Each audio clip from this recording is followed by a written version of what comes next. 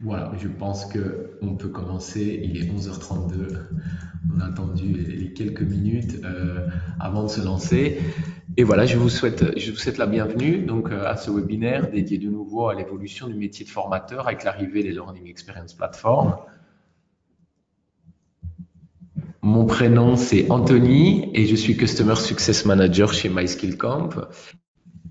Donc voilà, aujourd'hui, un petit moment dédié à l'échange entre vous et nous. Et le thème du jour, c'est bien l'évolution du métier de formateur. On va faire voir un petit peu comment cette évolution s'est créée avec le développement des plateformes de formation. Et on passera en revue également les nouveautés de la plateforme MySkillCamp qui vient de passer, qui vient de changer et qui est en train de, de, de se transformer et de porter le nom de Learning Experience Platform. Et c'est Mathieu qui vous fera une petite démo de la plateforme en fin de parcours. J'ai juste envie de commencer par une question, une interpellation. J'ai lu cet article il y a quelques mois, alors même si ce rapport date de juillet 2017, mais c'était assez interpellant. Et ce rapport disait qu'en fait, 85% des métiers de 2030 n'ont pas encore été inventés. Donc, très interpellant de mon côté. Et je voulais juste vous poser la question, à votre avis, n'hésitez pas à interagir, c'est aussi un petit peu l'objectif de ce webinaire. À votre avis, quelles sont les causes de cette transformation? À votre avis, pourquoi aujourd'hui la plupart des métiers de demain n'ont pas encore été inventés? Alors, n'hésitez pas à utiliser la rubrique chat ou questions.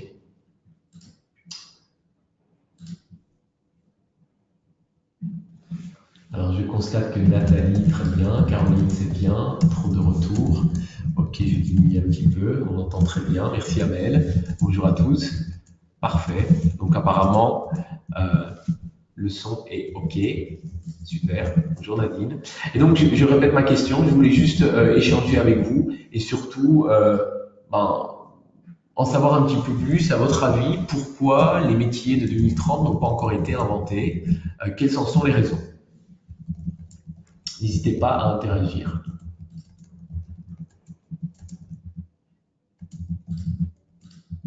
Bien, merci Valérie. Donc, l'intelligence artificielle qui prend en charge une partie des connaissances. Dominique, l'arrivée du digital dans tous les secteurs. On y est, en effet, c'est l'arrivée du digital. Moi, je pense qu'il y a deux points. Il y a dans un premier point, c'est un petit peu la vulgarisation progressive des groupes de métiers entiers. Et tout ça doublé par effectivement le numérique et la robotisation.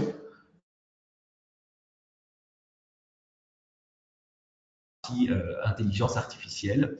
Tout ça pour vous dire que je pense que vous êtes au courant qu'aujourd'hui, on entre dans la seconde phase du développement numérique. La première étape, c'était la simple imitation de la pensée logique. Et aujourd'hui, en fait, à notre époque, on est en pleine transformation et on est en train de passer à la seconde étape, qui est en fait un peu l'arrivée d'une véritable intelligence cognitive. La troisième étape sera l'être humain virtuel. Qu'est-ce que tu en penses, Mathieu? Donc, cette transition. Donc, on a une première étape avec, effectivement, on imite en fait un petit peu ce qu'on sait faire. La deuxième phase, c'est l'intelligence cognitive. Et la troisième, ce sera l'être humain virtuel. Donc, merci Valérie pour la partie sur l'intelligence artificielle, c'est assez intéressant. Alors, l'enjeu pour l'homme, ça sera donc de se recentrer sur ce qu'il peut faire, et surtout ce qu'il peut faire mieux que la machine. Et ce constat m'avait interpellé, cette phrase m'avait interpellé, c'est que la capacité à acquérir un nouveau savoir vaudra plus que le savoir déjà appris. Autrement dit, demain, on perfectionnera plus son art dans un métier, mais on perfectionnera sa capacité à être rapidement satisfaisant dans de nouveaux métiers. Et ça, je pense que c'était un petit peu, merci Nadine, effectivement, évolution technologique, évolution, conservation. l'être humain virtuel, c'est flippant. En effet, c'est flippant, mais en même temps, on y arrive. Alors, j'ai assisté il y a quelques mois à un séminaire et lors d'une intervention, on nous a fait réfléchir sur quels sont les métiers de demain qui disparaîtront. Et on nous a notamment fait réfléchir sur le métier de radiologue. Alors aujourd'hui, il y a énormément de machines qui sont développées et des machines pour justement analyser les radios du monde entier.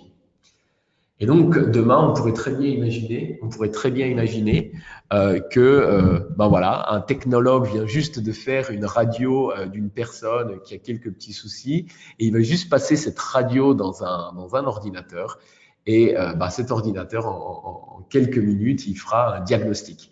Et ce rapport était vraiment assez interpellant. Deuxième point, c'est je vous fais juste réfléchir sur ben, les caissières et les magasins de demain.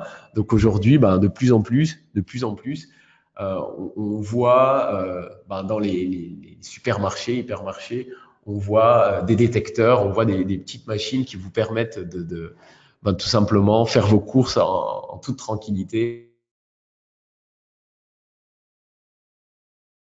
Donc, si vous avez d'autres exemples, n'hésitez pas à partager.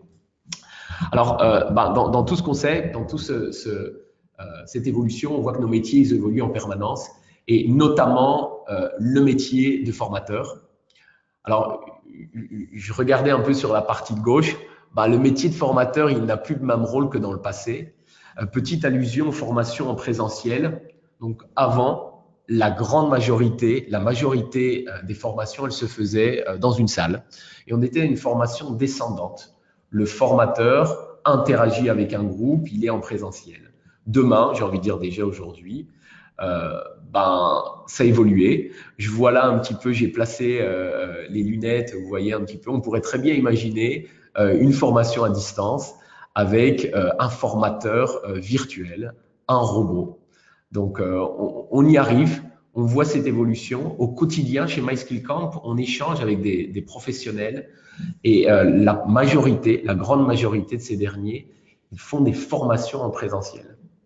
Donc, aujourd'hui, on est encore dans une période où la majorité des formations se fait en présentiel. Donc voilà par rapport à la transition. Nathalie, en même temps, le présentiel dans certaines professions restera indispensable. Alors, je partage.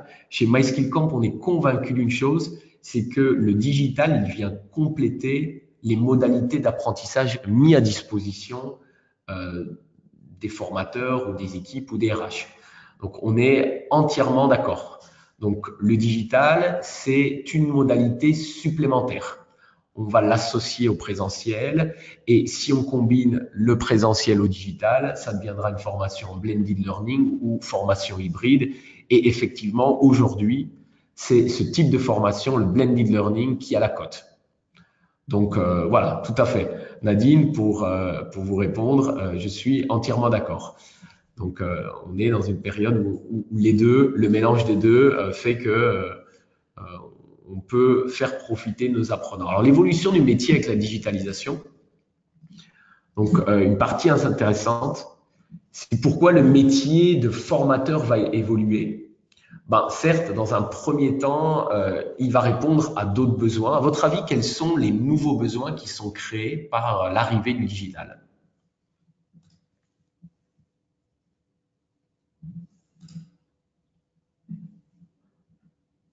Oui, alors pour répondre à la question de Valérie qui pose la question si est-ce que l'on fait une différence entre hybride et blended? Alors blended learning plutôt de l'anglais, formation hybride. Formation hybride en fait c'est un mélange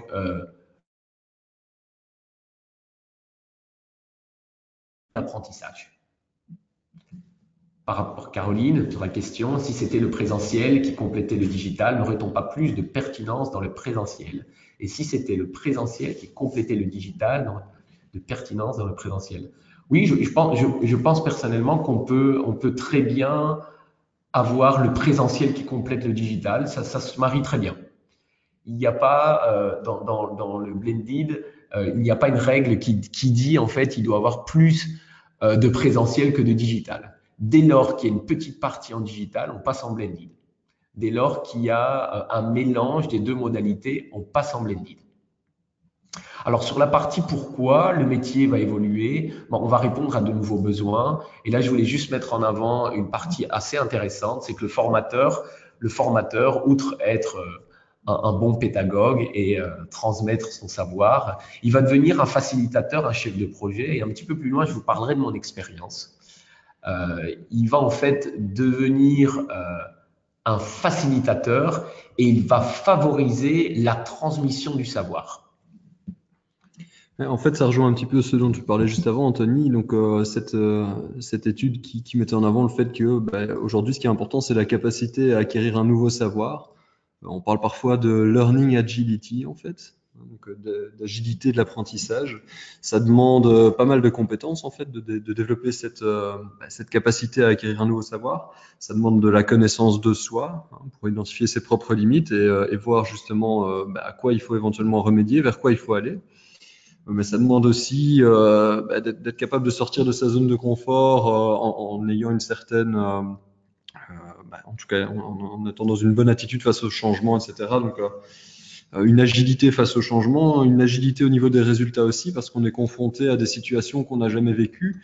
Et finalement, c'est là vraiment qu'on garde une place face à la machine, c'est quand on sort du cadre de la stricte répétition d'un geste ou de l'application d'une recette qu'on suit vraiment à la ligne. Tout ça, c'est le genre de choses où il y a un risque, effectivement, la technologie se substitue. On parlait des caissières tout à l'heure.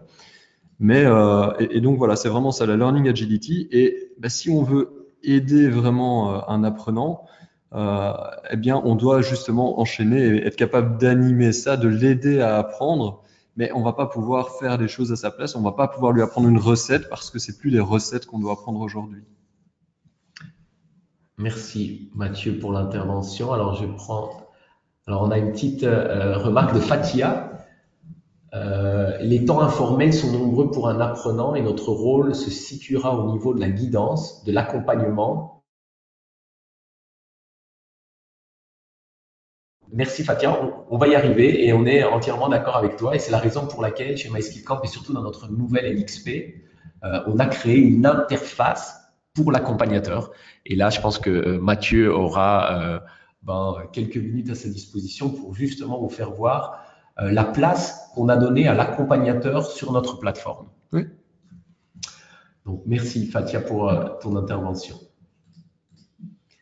Alors, dans la partie toujours formateur, on voit très bien, donc le formateur, il doit faire de la pédagogie et on constate bien souvent dans la réalité que on travaille également avec des experts métiers, et que donc il y a bien une évolution, il y a bien une différence entre l'expert qui a effectivement toute cette connaissance, ce savoir, et le formateur qui doit en fait récupérer toutes les infos de l'expert et ensuite formuler tous ces propos, les transformer afin de les transmettre via une plateforme.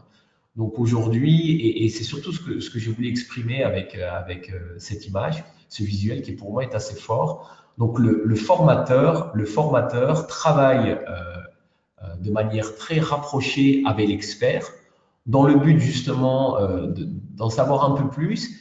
Et ensuite, c'est bien le formateur qui va aider l'expert à formuler ses propos. On insistera également tout à l'heure dans la démo sur la partie expert. Sur la plateforme MySkillCamp, dans l'outil auteur intégré, on a la possibilité d'ajouter un collaborateur.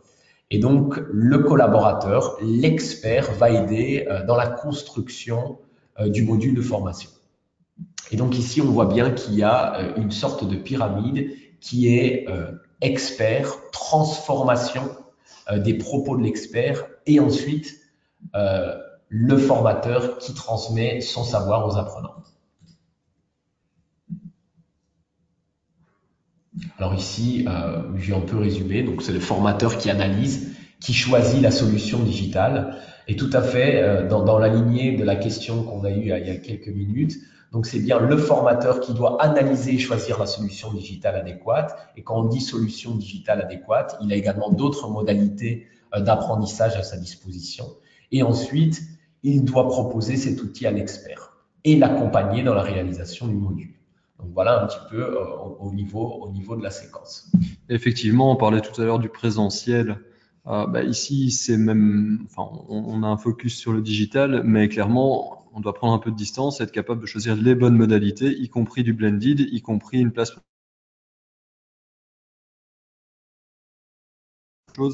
Ça reste évidemment important. Mais ça, c'est donc au formateur à réfléchir en amont aux modalités qu'on va appliquer pour transmettre ce savoir. Et il faut savoir ça avant de rencontrer l'expert pour justement bien décider de la manière dont on va mettre sur papier, mettre dans un support digital, mettre d'une manière ou d'une autre, transmettre ce savoir. On a ainsi un formateur qui doit être réactif, qui doit être mobile, rapide, réactif, c'est-à-dire que il y a énormément de changements. Donc le digital, on est passé des LMS au LCMS au LXP. Et donc là, il y a effectivement une veille à effectuer, une mobilité, une rapidité. Rapidité également, rapid learning. J'entends par là des outils qui sont fournis sur le web et qui sont en grande majorité gratuits et qui permettent d'ajouter de l'interactivité aux présentations. Donc aujourd'hui, on a un formateur qui doit être agile, Je pense que cette image pour moi est au niveau du formateur, la plus importante. C'est on a un formateur qui devient un réel chef d'orchestre, qui n'est plus seulement un pédagogue, mais qui devient un facilitateur.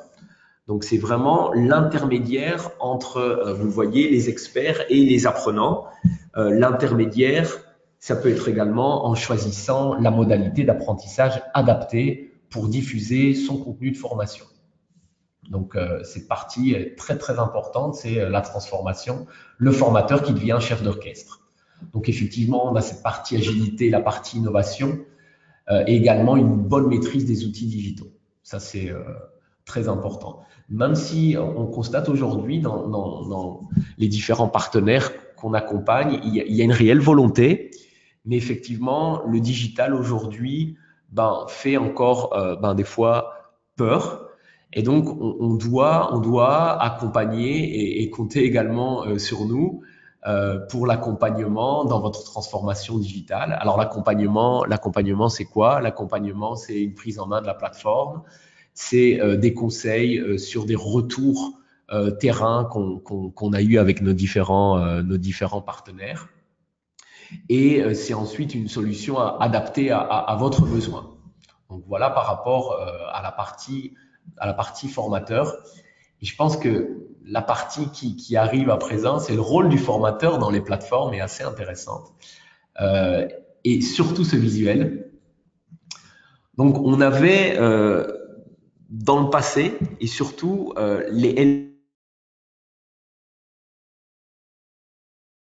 instinctivement placer le formateur en tant que concepteur et non comme animateur. Donc ça c'est les plateformes qui ont instinctivement placé le formateur en tant que concepteur. Donc aujourd'hui, on met à disposition une plateforme. Le formateur est habitué à animer des sessions en présentiel. On met à sa disposition une plateforme de formation et il devient concepteur. Et donc ça c'est les plateformes qui ont vraiment de manière instinctive placé le formateur en tant que concepteur. Et on constate au quotidien qu'il y a très peu de concepteurs. Par contre, il y a beaucoup de personnes qui savent animer.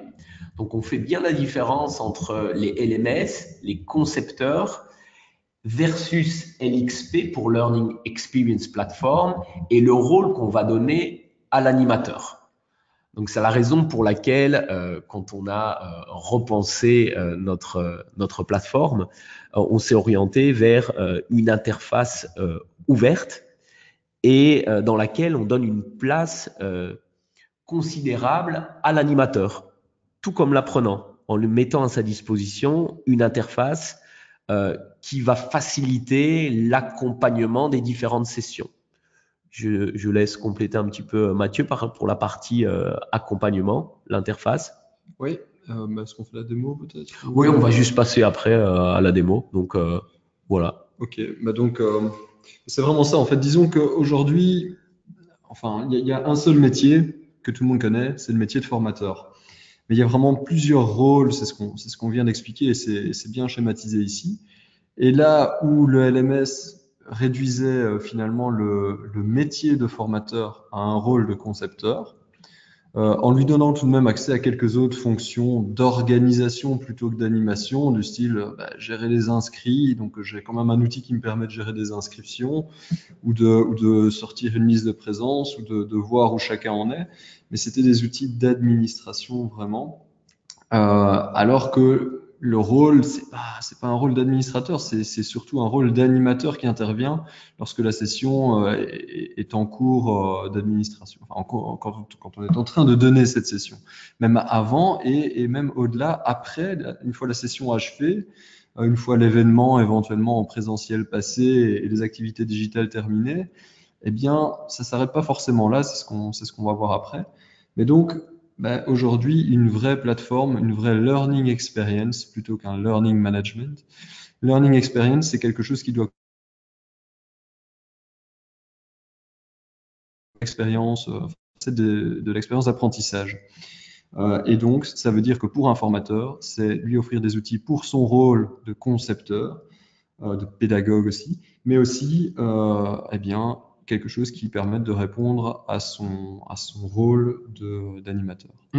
Et je profite, Mathieu, de l'occasion pour souligner le fait qu'en fait, toutes les LXP ne proposent pas cette interface animateur. Et donc, c'est un peu une des nouvelles fonctionnalités qui est présentée aujourd'hui. En fait, quand je dis aujourd'hui, c'est le lancement de notre nouvelle LXP prévu pour la fin du mois. Donc voilà, c'est bien un axe un peu différenciant. Le fait qu'on mette à disposition de l'accompagnateur une interface. Donc là, c'est un petit peu de teasing, on vous fera voir juste après une petite démo. Donc très important. Je voulais juste souligner la partie en disant que aujourd'hui, il y a très peu de concepteurs et il y a beaucoup de personnes qui savent animer. C'est MySkillCamp accompagne les formateurs d'un organisme parisien très connu. Et ces personnes sont tous habituées à animer des sessions en présentiel. Vraiment, ce sont des formateurs, des consultants, et ils sont très habitués à animer des formations en présentiel. Et on constate en fait que quand on met à disposition une plateforme digitale et qui doivent justement transposer leur savoir sur une plateforme, on constate que ça prend un peu de temps et qu'on doit les accompagner dans cette transformation. Donc voilà, un autre exemple, c'est un exemple personnel. Donc j'ai moi-même dans le passé animé et en tant que chargé de formation, j'ai accompagné un centre d'appel en Espagne sur la transformation digitale. Et mon métier a complètement été bouleversé. Auparavant, j'effectuais 20 à 25 sessions en présentiel par trimestre. Et l'arrivée du digital a fait que, dans un premier temps, j'ai dû passer un petit moment à transformer mes sessions en présentiel en sessions en blended learning, qui mélange aussi bien donc du présentiel que du digital. Donc la partie digitale, je l'ai utilisée pour transformer toutes les notions théoriques et j'ai utilisé le présentiel pour me recentrer sur de la pratique. Mais je peux vous dire une chose, c'est que dans le concret, mon métier a complètement été transformé et au lieu de la même chose, j'ai pris le temps de le digitaliser avec un storyboard qui a été mis à ma disposition, avec une structure, avec un séquençage, avec des objectifs pédagogiques clairement définis au préalable. Et une fois que cette formation a été digitalisée, j'ai passé beaucoup plus de temps sur l'amélioration de ce contenu. J'ai passé beaucoup plus de temps sur l'animation que sur la répétition. Donc là, s'il y a encore des personnes aujourd'hui qui se disent est-ce qu'on doit faire le grand pas, je peux vous dire une chose, effectivement, au début, ça prend un peu de temps, mais ensuite quand on est lancé, ça va très très vite. Et je peux vous dire une chose, c'est que votre métier, il se voit complètement transformé. De formateur, on passe à facilitateur. On a énormément de contacts avec tous les collaborateurs au sein de la société, parce qu'on devient un petit peu le point d'entrée. Rappelez-vous tout à l'heure, donc on est le point d'entrée, mais on est également le point de contact avec les différents experts. Et donc le métier a complètement changé, et c'est un message positif que je veux vous lancer. S'il y a des personnes qui hésitent encore de passer au digital, je pense qu'aujourd'hui on a des plateformes comme la nôtre qui s'adaptent parfaitement à votre besoin. On peut y aller progressivement. On peut utiliser dans un premier temps certaines fonctionnalités. On n'est pas obligé d'utiliser toutes les fonctionnalités mises à votre disposition. Et en plus, on vient rajouter une interface propre pour l'animation. Donc, j'ai envie de dire pour le formateur, les LXP, comme elles sont présentées aujourd'hui, comme nous la présentons aujourd'hui, je pense que c'est le point d'entrée idéal. Alors, le visuel qui suit, il est très important parce qu'on voit ici des rôles très intéressants, la notion d'expert, la notion de concepteur et la notion d'accompagnateur. Alors, en fond, il y a la partie la plus intéressante, c'est la partie apprenant. Mais ici, on voit qu'on a une interface pour chaque rôle. On a les experts. Donc, les experts, c'est très simple. Sur la plateforme aujourd'hui, on engage les experts en les invitant à la construction d'un module de formation. On les invite en tant que collaborateurs. Ensuite, on a la partie concepteur. On a une interface, on a un outil auteur intégré qui permet de créer. Et ensuite, on vient rajouter une interface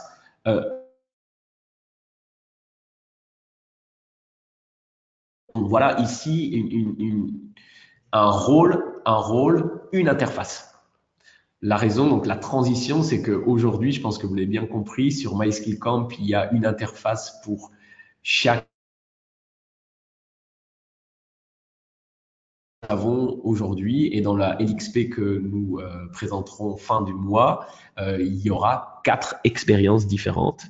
Je laisse peut-être juste Mathieu présenter les quatre interfaces différentes. Oui, donc il y aura pour l'apprenant évidemment une expérience qui s'appelle, donc un rôle qui s'appelle J'apprends, qui va permettre à l'apprenant d'accéder à un catalogue de contenu que vous mettez à sa disposition. Ça peut être du contenu en présentiel, du blended, du digital, toutes sortes de modalités. Ça peut être des modules de formation, ça peut être des trajets de formation, donc des parcours longs. On va pouvoir accéder à ce catalogue, on va retrouver les contenus auxquels on a déjà été inscrit ou les contenus auxquels on s'est inscrit soi-même. En plus de ça, ce catalogue, étant donné qu'on est sur une plateforme et plus sur un système fermé, comme les anciens LMS, ce catalogue il peut être enrichi avec des contenus tiers. Donc, si admettons qu'il y ait une chaîne YouTube qui vous semble particulièrement pertinente, vous pouvez venir mettre ça dans le catalogue, ou bien des catalogues d'e-books tels que Bookboon, ou des contenus tiers dans un LMS qui se trouverait ailleurs, ou encore des Udemy, des LinkedIn Learning. Bref, un catalogue très large dans lequel on peut retrouver en une seule recherche ce qui peut intéresser pour progresser. On retrouve tous ces contenus. On peut aussi accéder éventuellement à du mentoring ou du coaching. On peut accéder à des fonctionnalités communautaires, donc un système de communauté où on va pouvoir par exemple échanger autour des bonnes pratiques, etc., etc. Donc il y a une foule de fonctionnalités qui existent déjà dans la plateforme MySkillCamp. Et il y a encore moyen de les enrichir puisqu'on est sur une plateforme, un système ouvert. Donc, vous allez pouvoir amener éventuellement des outils tiers pour venir encore enrichir finalement cette plateforme, cet écosystème, ce point d'accès unique à un ensemble d'outils de la formation. Donc, ça, c'est pour l'apprenant et tout ça est organisé de la manière la plus transparente possible pour que ça se passe évidemment d'explication.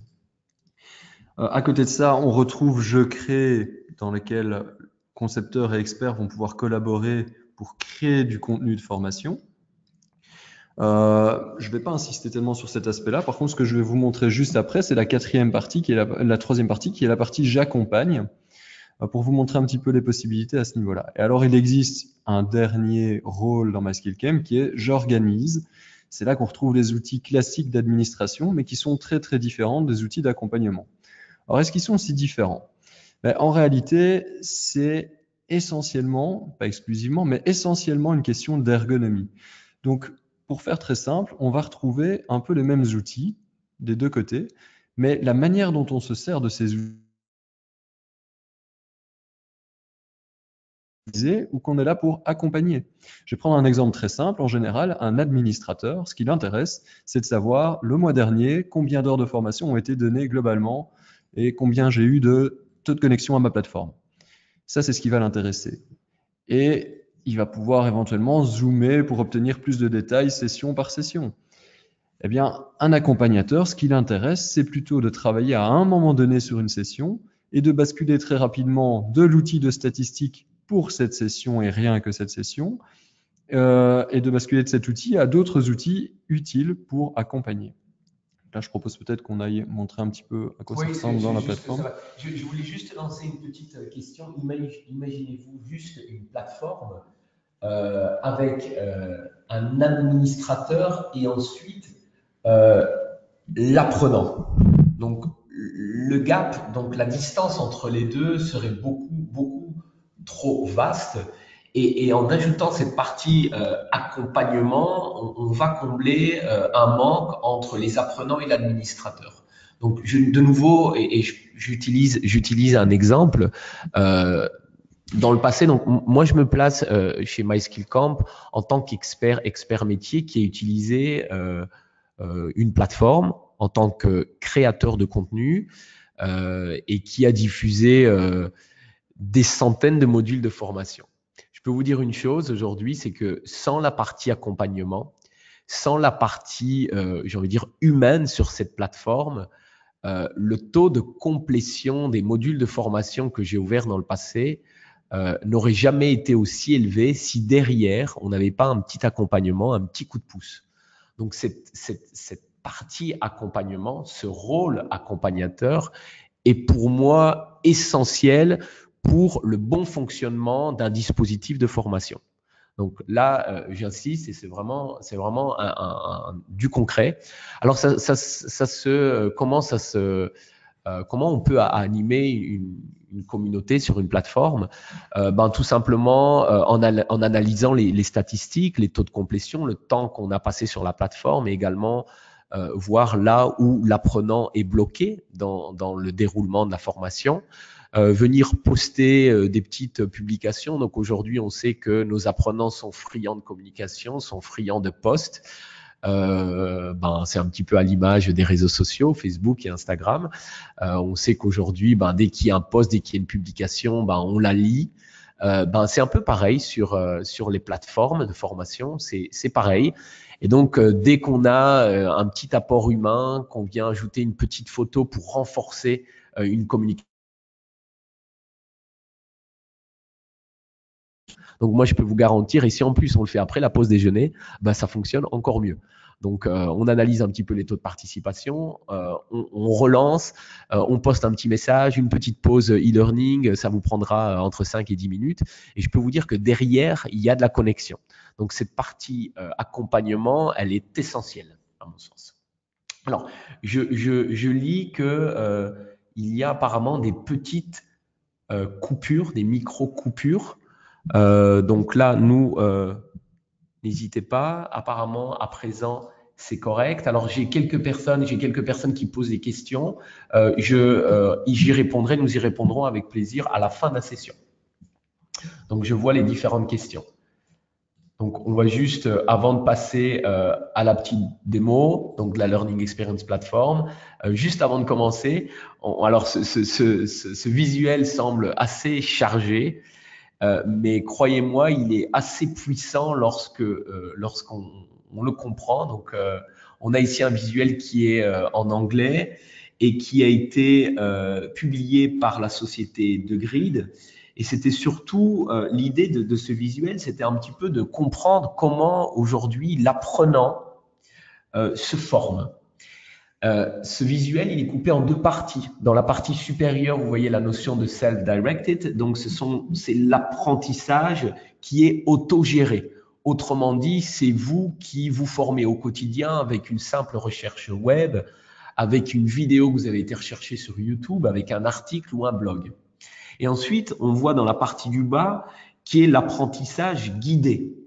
Et on constate au niveau des fréquences, qu'en fait, aujourd'hui, on se forme au quotidien et on se forme de manière hebdomadaire sur d'autres outils que des plateformes de formation. Et c'est un petit peu vers là que l'on tend avec les LXP, l'idée étant de mettre à disposition sur une interface comme MySkillCamp demain, par exemple, la possibilité d'intégrer YouTube sur la plateforme de formation et d'aller directement rechercher une vidéo en restant dans le même univers. Donc, voilà pour la partie avec les vidéos et les différents articles. Très intéressant ce visuel. Alors, je pense qu'on va passer à la démo de la plateforme et on va vous faire voir directement les 4 rôles qui sont mis à la disposition des différents acteurs sur la plateforme. Et là, on switch directement sur la plateforme MySkillCamp et je vais laisser place à Mathieu. Oui, merci.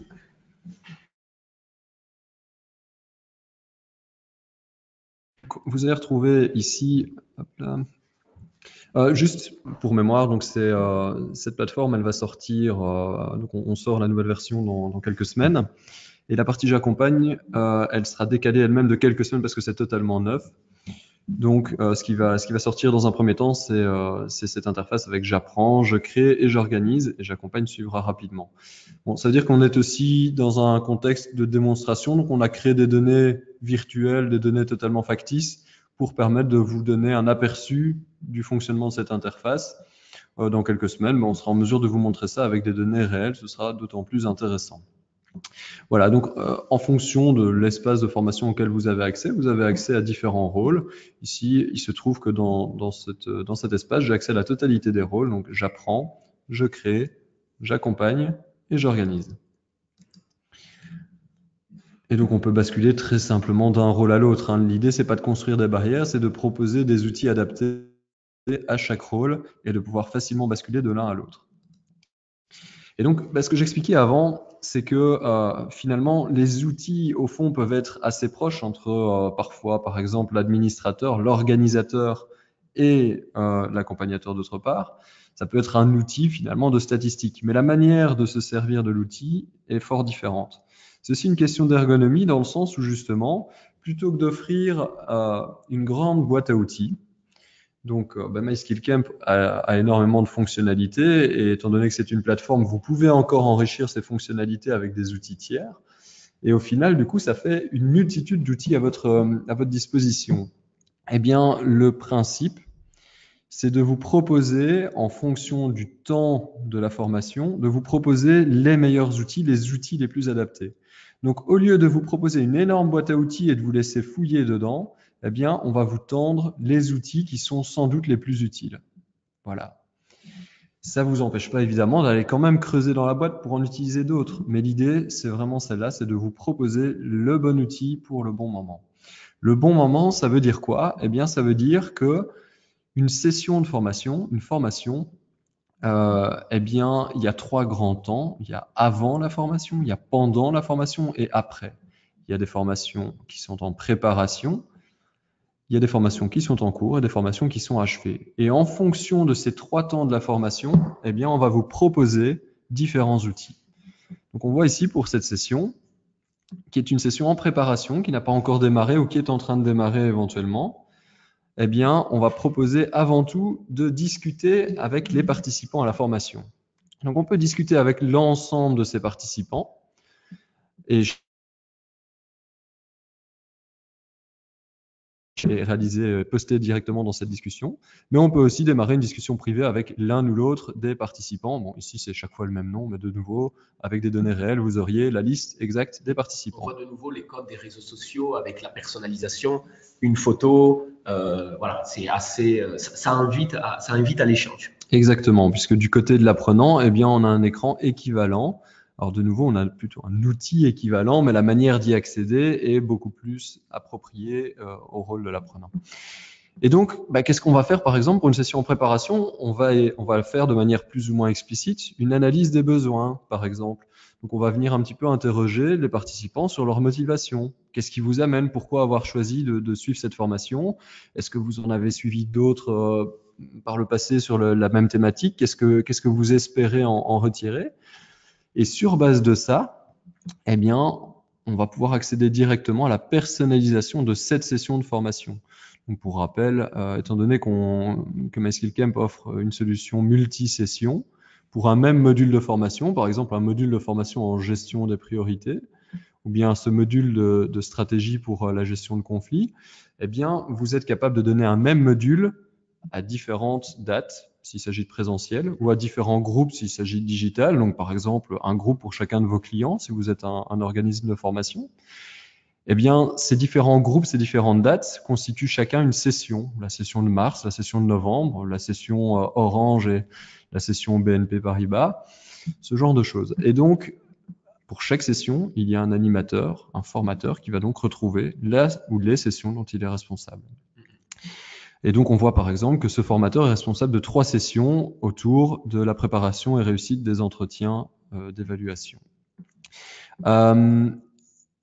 On peut venir personnaliser le contenu d'une session. Donc, vous avez votre module général en gestion des conflits avec une trame qui est la même d'une session à l'autre. Mais ensuite, vous avez la possibilité, après avoir fait cette analyse des besoins, de venir personnaliser le contenu de cette session et pas d'une autre. Ça, c'est un axe différenciant, Mathieu. Je veux vraiment souligner cette partie, le fait que l'on puisse personnaliser certains contenus. Alors, de nombreuses plateformes aujourd'hui proposent de créer des modules de formation, mais par contre, quand on doit personnaliser un contenu, on doit impérativement dupliquer ce contenu, ensuite le diffuser. Donc ici, c'est un gain de temps précieux, c'est la possibilité de personnaliser le contenu de chaque session. Donc ça, c'est vraiment un point très intéressant et assez différenciant. Voilà. Et en réalité, il y a via l'outil de création, via Je crée, mais la manière logique dont ça va se passer, c'est plutôt celle que je viens d'expliquer. C'est plutôt le formateur qui va discuter et sur base des discussions, va vouloir à un moment donné adapter un petit peu le contenu de la formation.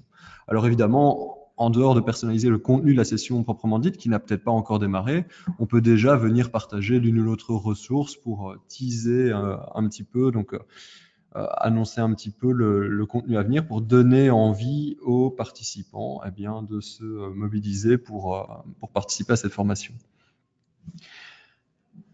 Alors, on a la possibilité, évidemment, soi-même, via l'administration en particulier, mais on gère soi-même, c'est l'accompagnateur qui va décider à quel moment une formation se passe en préparation à en cours ou à achever, et on peut même revenir en arrière si on le souhaite pour l'une ou l'autre raison.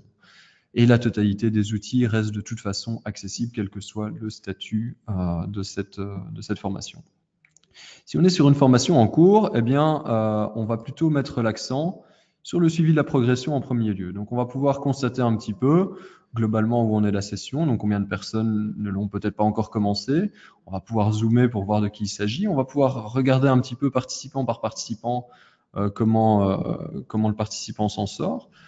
À l'inverse, on va pouvoir aussi plutôt partir de la liste de la table des matières de la formation pour voir un petit peu si certaines activités posent problème. Donc, si vous avez mis, par exemple, on serait sur une session avec des éléments digitaux, par exemple des quiz, on peut aller voir un petit peu les questions qui posent problème pour revenir justement sur cette partie-là. Soit pour adapter un peu le contenu, pour être un peu plus clair, soit venir justement de nouveau discuter avec les participants et ici venir peut-être réexpliquer ou proposer peut-être justement un petit rendez-vous pour pouvoir se retrouver autour d'une vidéoconférence et approfondir ce sujet-là. On voit ici que la formation n'est pas forcément descendante. Quand Mathieu explique que on peut corriger une question, c'est pas uniquement parce que en fait l'apprenant ils comprennent pas bien. Ça renvoie la balle également sur euh, comment cette question a été rédigée. Et autrement dit, si de nombreuses personnes ne la comprennent pas, ça renvoie également la balle du côté du créateur qui peut changer de manière quasi instantanée le contenu de sa question ou reformuler différemment sa question pour améliorer son dispositif de formation. Et c'est ici qu'on voit qu'on va profiter des retours de nos apprenants pour enrichir son dispositif de formation au fur et à mesure des différentes sessions. Donc voilà pour la partie, on n'est pas uniquement dans du descendant, on Parfaitement.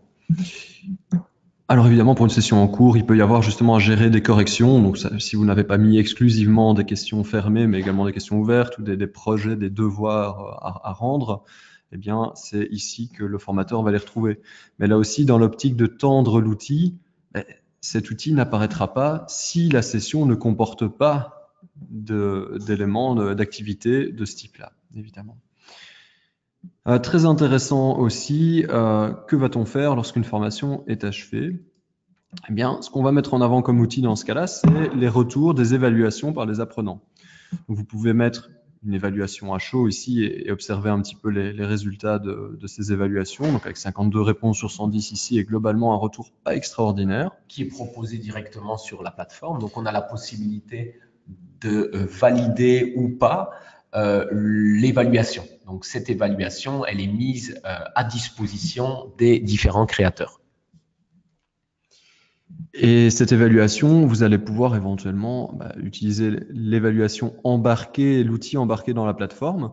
C'est l'outil embarqué, donc ça veut dire quoi? Ça veut dire qu'on a voulu quelque chose de simple et ça se réduit simplement à activer un bouton à bascule. Donc vous activez un petit bouton pour dire oui, je voudrais utiliser l'évaluation à chaud, c'est terminé. Maintenant, dans l'optique plateforme, si vous voulez utiliser des outils riches ou faire de l'évaluation à froid, quelques mois plus tard, interroger le responsable direct de la personne pour voir dans quelle mesure ça a eu un impact, eh bien, vous allez passer par exemple par la plateforme et par la gestion donc, des outils connectés pour venir utiliser par exemple Did You Enjoy, une solution française performante pour faire par exemple de l'évaluation à froid. Voilà, donc ça c'est quelques-unes des possibilités offertes par la plateforme aussi et par cette ouverture vers l'écosystème, vers l'ensemble de ces outils, parfois outils de niche, qui vont vous permettre d'enrichir votre solution pour vous construire quelque chose sur mesure. Mais il y a toujours des outils simples et rapides à prendre en main qui sont fournis directement avec MySkillCamp. Et donc, gérer l'évaluation, c'est le premier outil qu'on va vous proposer, mais on va aussi justement vous proposer un accès très simple, vous suggérer toute une série de pistes pour prolonger l'expérience. Pour répondre à votre question, Caroline, donc la spécificité d'un LXP. Donc, je pense que il y en a plusieurs en fait. Il y en a plusieurs. Et étant donné que notre webinaire était plutôt orienté sur le formateur, on est en train de passer en revue la partie j'accompagne. Et donc, pour la partie spécificité, on en a une juste ici que Mathieu va vous expliquer sur prolonger l'expérience. Oui, voilà, typiquement, justement, c'est un bon exemple parce que qu'est-ce qui va se passer, comme je l'ai survolé rapidement tout à l'heure, autour de j'apprends, autour de l'apprentissage, un outil de coaching. On propose des communautés, on a tout un catalogue de formations auquel l'apprenant peut s'inscrire de sa propre initiative. Tous ces outils sont optionnels, vous ne les utilisez, si vous ne les utilisez pas, ils n'apparaîtront pas. Mais en attendant, ça fait une multitude d'outils qui sont proposés. Eh bien, si vous allez dans un outil d'administration classique, eh bien, vous allez avoir la gestion des sessions qui éventuellement sera plus ou moins proche de ceci, mais qui va mettre l'accent sur les statistiques, la gestion des participants, etc. Et c'est tout. Et en fait, ce qu'on va simplement faire, dans prolonger l'expérience, plutôt que de les... Enfin, vous allez retrouver donc, à côté de ces sessions, vous allez retrouver communauté, puis vous allez retrouver mentoring. Et en fait, il va falloir que de vous-même, vous ayez quelque part l'idée de passer à cet outil-là. Et on sait déjà qu'aujourd'hui, c'est assez difficile d'embarquer les formateurs justement dans un outil tel que celui-ci. En général, surtout quand on fait que du présentiel, eh bien, on s'approche le moins possible de la plateforme. C'est ce qu'on constate assez couramment. Mais ce qui va se passer, c'est que si on propose un outil vraiment sur mesure et si on met dans prolonger l'expérience directement la possibilité, enfin, ces suggestions pour poursuivre l'expérience au-delà de cette session, en disant, bah, tiens, pourquoi ne pas suggérer à vos apprenants une formation complémentaire? Pourquoi ne pas les ajouter dans une communauté, éventuellement une communauté existante? Par exemple, si on a suivi cette formation en gestion des conflits, une communauté des bonnes pratiques RH. Pourquoi ne pas leur proposer l'un des programmes de mentoring qui existeraient, qui serait pertinent dans ce contexte? Pourquoi ne pas travailler sur du suivi post-formation avec un outil tiers tel que Delindo, par exemple, qui permet de faire du Kirkpatrick niveau 3 pour ceux d'entre vous à qui ça évoque quelque chose de très intéressant. Et donc, en termes de learning experience, on n'est plus dans du learning management, on est dans du learning experience. On propose une vraie expérience pour le formateur, et pas même pour le formateur au sens large, mais vraiment dans un de ses rôles spécifiques, comme on l'a expliqué tout à l'heure. Il y a plusieurs casquettes finalement derrière le métier de formateur, et ici on lui propose un outil pour chacune de ces casquettes. Donc une vraie learning experience, alors qu'avant on parlait de learning management. Et une vraie plateforme avec ici derrière le suivi post-formation, non pas un outil dans mon système fermé, mais un outil que je suis venu connecter à ma plateforme. Donc c'est la différence entre un système fermé et une plateforme. Eh bien, derrière ce suivi post-formation se cache Delindo, un outil tiers spécialisé qui fait une chose mais qui la fait très très bien et qui permet de venir enrichir la plateforme à la carte. Pareil avec gérer l'évaluation où vous allez pouvoir venir enrichir Video Enjoy.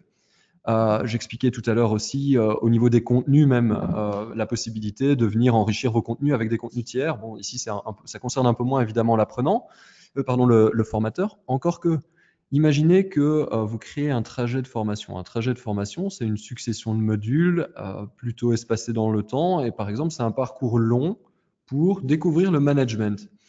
Donc on y retrouve toute une série de modules qui vont s'enchaîner avec par exemple quelques modules d'initiation progressivement sur une première année, puis un second niveau avec des formations plus poussées une fois qu'on a un peu d'expérience de terrain.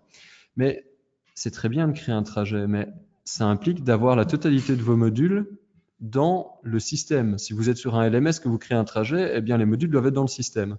Si vous êtes sur une plateforme pour laquelle vous pouvez venir connecter des contenus externes, eh bien, rien ne vous empêche dans votre trajet de formation de venir mettre justement des vidéos YouTube ou même des formations issues d'Udemy ou de LinkedIn Learning qui vous semblent pertinentes dans ce trajet de formation et d'y ajouter vos propres contenus que vous allez pour le coup créer là où vraiment il y a de la valeur ajoutée à créer vous-même le contenu plutôt que d'aller le chercher là où il existe déjà et où il est très bien fait peut-être. Voilà, donc ça c'est le côté ouverture de la plateforme et l'autre aspect qui était l'aspect learning experience. Merci Mathieu. Donc Mathieu nous a présenté une des interfaces de notre Learning Experience Platform. Il y en a 4 en tout. Si vous désirez une petite démo de la plateforme dans son ensemble, n'hésitez pas à vous rendre sur le site myskillcamp.com et ensuite vous avez la possibilité de réserver une démo. Et donc là, à l'occasion, j'aurai le plaisir de vous présenter les 4 interfaces. Donc aujourd'hui, l'objectif du jour, c'était de bien faire un focus sur le formateur, la transformation du métier et également de vous présenter l'interface dédiée à l'accompagnement sur MySkillCamp. Alors, j'ai dans les questions une personne qui m'a demandé s'il était possible de mettre à disposition des formations qui proviennent d'un catalogue de formations et la réponse est donc oui. Donc, l'ouverture fait que dans le catalogue de formations qui est mis à la disposition de l'apprenant, on a aussi bien des contenus société, donc des contenus que vous avez développés, que vous avez créés depuis l'outil auteur, mais dans la Learning Experience Platform MySkillCamp, on aura également la possibilité d'intégrer des contenus qui proviennent de fournisseurs tiers. Mathieu en a cité quelques-uns. Je citerai KIT ou également Udemy ou Eleform. Donc, il y a d'autres fournisseurs de contenu. Donc voilà, il est tout à fait possible d'intégrer sur notre plateforme des contenus tiers. Alors, n'hésitez pas à poser des questions. On arrive sur la partie finale de ce webinaire. Et désolé parce qu'apparemment, il y a quelques petites coupures. Donc, désolé pour ces petites coupures. Si vous désirez en tout cas une démo de la plateforme, n'hésitez pas.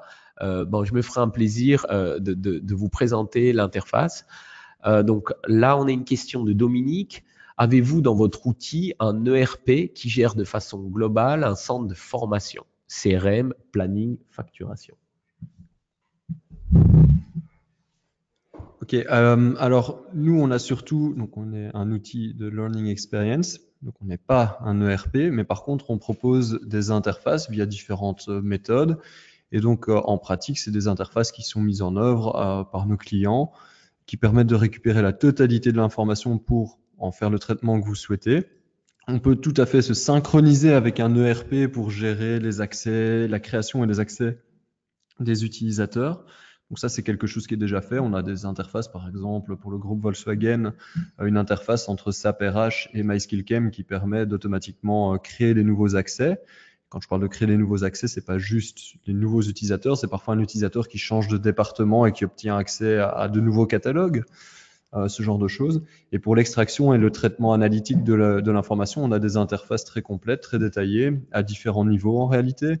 Donc, on a des outils en ligne qui permettent déjà de réaliser une première analyse. Et si vous vous posez des questions spécifiques, eh bien, il y a la possibilité justement de s'interfacer avec un outil de type BI pour répondre à ces questions plus précises.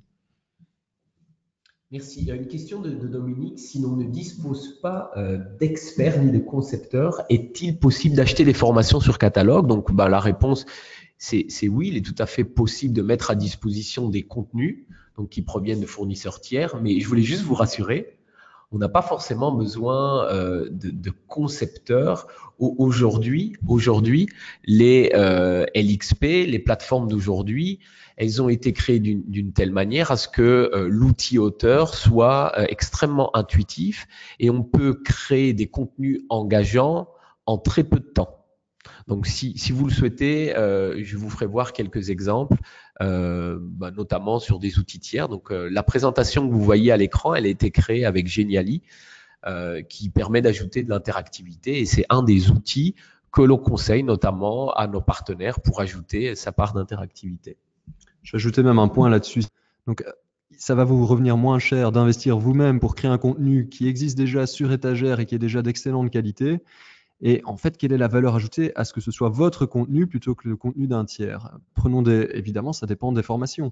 Mais pour une formation, par exemple, sur la sécurité au travail, à moins que vous soyez dans un secteur très spécifique, et encore, parce que dans un même secteur, justement, on peut parfois trouver des contenus à réutiliser, mais il vaut mieux consacrer des efforts de vos experts vraiment aux sujets qui vous différencient, qui vous sont propres, pour avoir vraiment des formations qui soient créées sur mesure pour vos apprenants et qui couvrent vos spécificités. Et pour le reste, ce sera vraisemblablement moins cher de passer par des catalogues de ce type-là, où ça vous donnera accès à un niveau de qualité supérieur à prix égal.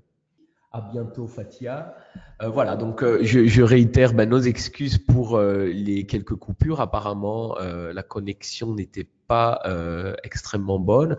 Donc, moi, ce que je vous propose, c'est, comme je le disais tout à l'heure, si vous souhaitez une démo, avec plaisir. Donc, vous pouvez prendre directement rendez-vous sur l'onglet démo du site myskillcamp.com. Voilà, Mathieu et moi-même vous remercions. Et on vous dit à très vite et n'hésitez pas, donc si vous voulez échanger sur votre projet digital, on est à votre disposition. Merci et à bientôt.